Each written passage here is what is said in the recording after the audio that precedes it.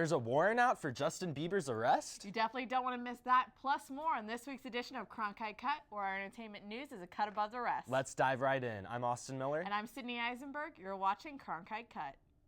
All right, guys. Some Game of Thrones fans got so excited for the new season, they actually leaked episodes.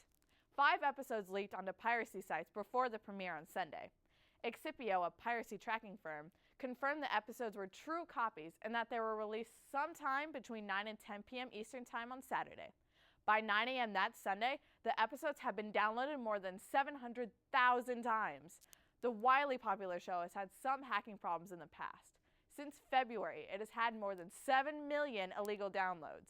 It is also the most pirated show on Earth. I guess people must really like that red wedding stuff, huh? Justin Bieber is a wanted man in Argentina? On Friday, an Argentine judge called for the immediate detention of the pop star, who recently announced he was turning over a new leaf from his bad behavior. The warrant stems from Justin failing to respond to his summons regarding an incident with a photographer in 2013. A photographer in the country claims that his bodyguards attacked him after Bieber told them to. If he is found guilty of causing injuries, the pop star could spend anywhere from a month to 6 years in prison. Bieber and his reps have yet to comment on the warrant, and it's still hazy whether or not the legal troubles will come back to the United States, but Justin can usually weasel himself out of these situations. We'll keep you posted on how this unfolds. Nelly, the rapper famous for the song It's Getting Hot in Here, is feeling the heat after his arrest. His bus was stopped by a Tennessee state trooper after the trooper smelt marijuana.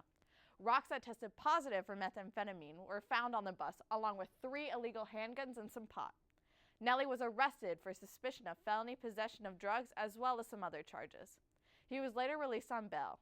Well, it goes to show you that if you want to take a ride with Nelly, make sure he doesn't have meth on the bus. Although it's been reported that Kim Kardashian and brother Rob have had some beef lately, that didn't stop him from going to Armenia with her to explore his family roots. Well, kinda. Kim was spotted casually strolling through Yemen with a cutout of Rob's face glued onto a stick, even though he was absent from the trip. This comes just a few weeks after Rob unfollowed all of his family on social media and compared Kim to the character from Gone Girl. But it's still unclear if that was the reason Rob stayed at home. He wasn't the only family member who didn't make the journey to Armenia. Sister Courtney also stayed in the States, stating that she felt too anxious to take her 3 young children there. All drama aside, it's clear that Kim was thinking about her brother during the trip and wanted him to be there in some way, even if that meant carrying a cardboard cutout of him. Now move to Libby Allnut, who's going to give us This Week in Music. Thanks, guys. Well, everyone's favorite music festival kicked off last weekend. That's right, it's Coachella season.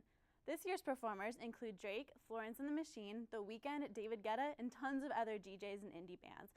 The festival, which will continue this weekend in Indio, California, isn't only known for its star performers, crazy art, and seriously hit festival fashion. It's also a prime place for some celebrity stalking.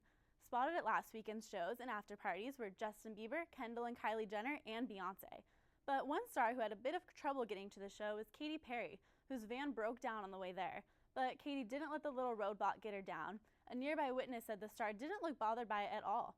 Katy eventually made it to the show, safe and sound, and in true Katy Perry fashion, she even took this cute Instagram next to her recycling bin, inspired by the famous dancing shark from her Super Bowl halftime performance. In other music news, last week the ultimate queen of pop, Britney Spears, was seen cruising around Studio City, California, reportedly filming an 80s-themed music video for her new song, Pretty Girls. Also spotted at the shoot was Iggy Azalea, who's featured on the song. I definitely can't wait to see what's in store for this power duo. Well, that's all from me. Back to you, Austin and Sydney. Thanks, Libby. Now we're going to go to Katy Malice, who's going to give us all the ins and outs of Coachella Fashion. Coachella doesn't just mark the first major music festival of the year, but it's also the place to spot the latest trends that will dominate festival fields this coming summer. Many of the same style staples reign supreme: denim cutoffs, flat ankle boots, high-waisted shorts, and bohemian floral dresses. And of course, there were plenty of celebrities in attendance for week 1. As a pro festival goer, Kate Bosworth gets it right every single time. She paired her little white dress with a lace and linen etro jacket, complete with Ray-Ban aviators, Coach purse, and calf-high boots.